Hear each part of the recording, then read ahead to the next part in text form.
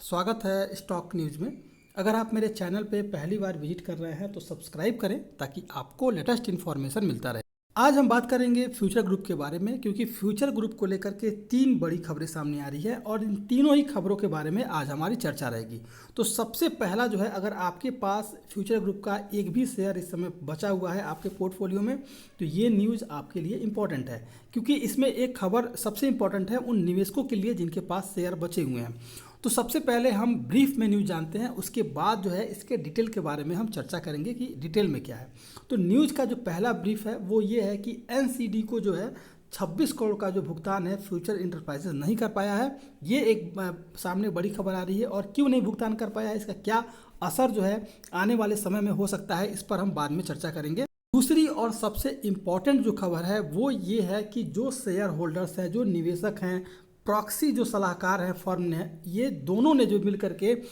सेबी से मांग की है कि फ्यूचर रिटेल के खिलाफ जो है जांच शुरू की जाए। क्यों जांच शुरू की जाए, इस पर हम बाद में चर्चा करेंगे। तीसरी जो बड़ी खबर सामने आ रही है निकल के, उसमें यह है कि फ्यूचर ग्रुप ने जो है अपने जो है फ्यूचर बीमा शाखा के कुछ हिस्सेदारी बेची है, और ये जो हिस्सेदारी बेची है लगभग 1266 करोड़ रुपए में बेची है। और ये जो पैसा है, इस पूरे पैसे को जो है बैंकों ने वसूली कर लिया है, ताकि जो कर्जा है उसे कम कर्ज किया जा सके। सबसे पहले हम इसी न्यूज़ के बारे में डिटेल में जानते हैं कि ये न्यूज़ क्या सामने निकल के आ रही है। तो न्यूज़ ये है कि बैंकों ने जो है फ्यूचर इंटरप्राइजेज से 1266 करोड़ रुपए की रिकवरी की है, वसूली की है। और बैंकों ने ये वसूली तब की है जब फ्यूचर ग्रुप ने अपने सामान बीमा व्यवसाय की बिक्री अपने इतालवी साझेदार एसी कुराजियोनो जेनराली एसपीए को पूरी कर ली है। तो ये जो रिकवरी की हुई है, तो उससे जो है पूरा पैसा जो है बैंकों ने वसूल लिया है, और ये इस सप्ताह की शुरुआत में बैंकों के बीच उनके कर्ज के अनुपात में पैसा जो है पूरा डिस्ट्रीब्यूट कर दिया गया है। दूसरी और सबसे इम्पॉर्टेंट खबर है, उसमें ये सामने निकल कर के आ रहा है कि शेयर धारकों ने और प्रॉक्सी सलाहकार फर्म ने सेबी से फ्यूचर रिटेल के खिलाफ जांच की मांग की है। अब जरा इसके डिटेल में जानते हैं कि क्यों जांच की मांग की है। देखिए, शेयर की गिरती कीमत से चिंतित और कंपनी के दिवाला और दिवालियापन अदालत में भेजे जाने की संभावना के साथ आगे के नुकसान से चिंतित फ्यूचर रिटेल के शेयरधारकों ने बाजार नियामक भारतीय प्रतिभूति और विनिमय बोर्ड को पत्र लिखा है, और पत्र से ये कहा है कि शेयरधारकों की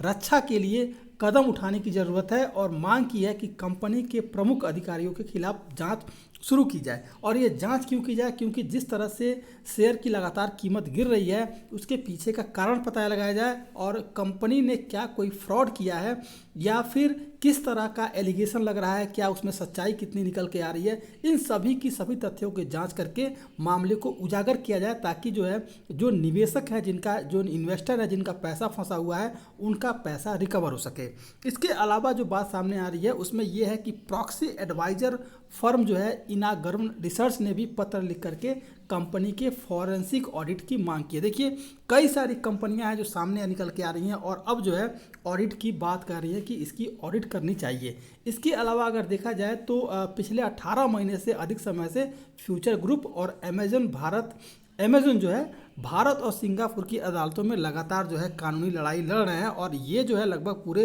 18 महीने से ये लड़ाई चल रही है, और किस करवट ये लड़ाई बैठेगी अभी कुछ भी कह पाना जो है इसमें मुश्किल है। तीसरी जो खबर सामने आई थी निकल के, उसमें ये था कि एनसीडी को 26 करोड़ का भुगतान जो है फ्यूचर इंटरप्राइजेज नहीं कर पाया है, और ये पहली दफ़ा नहीं है कि जब कंपनी जो है पैसा समय से भुगतान नहीं कर पाई है। तो जो खबर इसमें सामने स्पष्ट रूप से निकल के आ रही है उसमें यह है कि फ्यूचर इंटरप्राइजेज लिमिटेड यानी कि FEL स्टॉक एक्सचेंज को पत्र लिखा है, और बताया है कि लगभग 26 करोड़ रुपए के गैर परिवर्तनीय एडवेंचर यानी कि एनसीडी के मूलधन और ब्याज के भुगतान करने में फ्यूचर ग्रुप जो है वो चूक चुका है। और ये जो कुल पैसा था, जो इसका प्रिंसिपल अमाउंट था, जो इसका मूल भुगतान था 24 करोड़ रुपए, और इसके अलावा 2 करोड़ रुपए जो इसका था आपका ब्याज था, वो 9 मई तक यानी कि 9 मई तक जो है इस कंपनी को भुगतान कर देना था, और 9 मई तक कंपनी जो है इसका भुगतान नहीं कर पाई है। वहीं अगर देखा जाए तो मार्च में भी फ्यूचर रिटेल ने 6.19 करोड़ रुपए यानी कि लगभग 6 करोड़ रुपए का जो है भुगतान जो नहीं कर पाई थी, यानी कि कंपनी जो है, कंपनी के पास पैसे ही नहीं है, तो कंपनी जो है कहाँ से पेमेंट पूरा कर पाएगी। कुल मिलाकर कहा जाए तो इस समय फ्यूचर ग्रुप जो है दिवालियापन की होने की कगार पर है, और क्योंकि FRL के 29 ऋणदाताओं ने जो है 29 लैंडर्स जो हैं अधिकांश ने रिलायंस रिटेल को अपनी संपत्ति बेचने के कंपनी के प्रस्ताव को खारिज कर दिया, जिससे 18 महीने के सौदे को समाप्त कर दिया गया था। अमेजन के लेन देन के विरोध में पूरा मामला अटका हुआ है। तो ये जो बड़ी खबर थी फ्यूचर रिटेल को लेकर के, बड़ी खबरें, उस पर आज हमारी चर्चा हुई। आगे की जो भी खबर सामने निकल के आएगी उस पर हमारी चर्चा हो रहेगी। तो अगर आप मेरे चैनल पे पहली बार विजिट किए हैं तो सब्सक्राइब करें ताकि आपको लेटेस्ट इन्फॉर्मेशन मिलता रहे।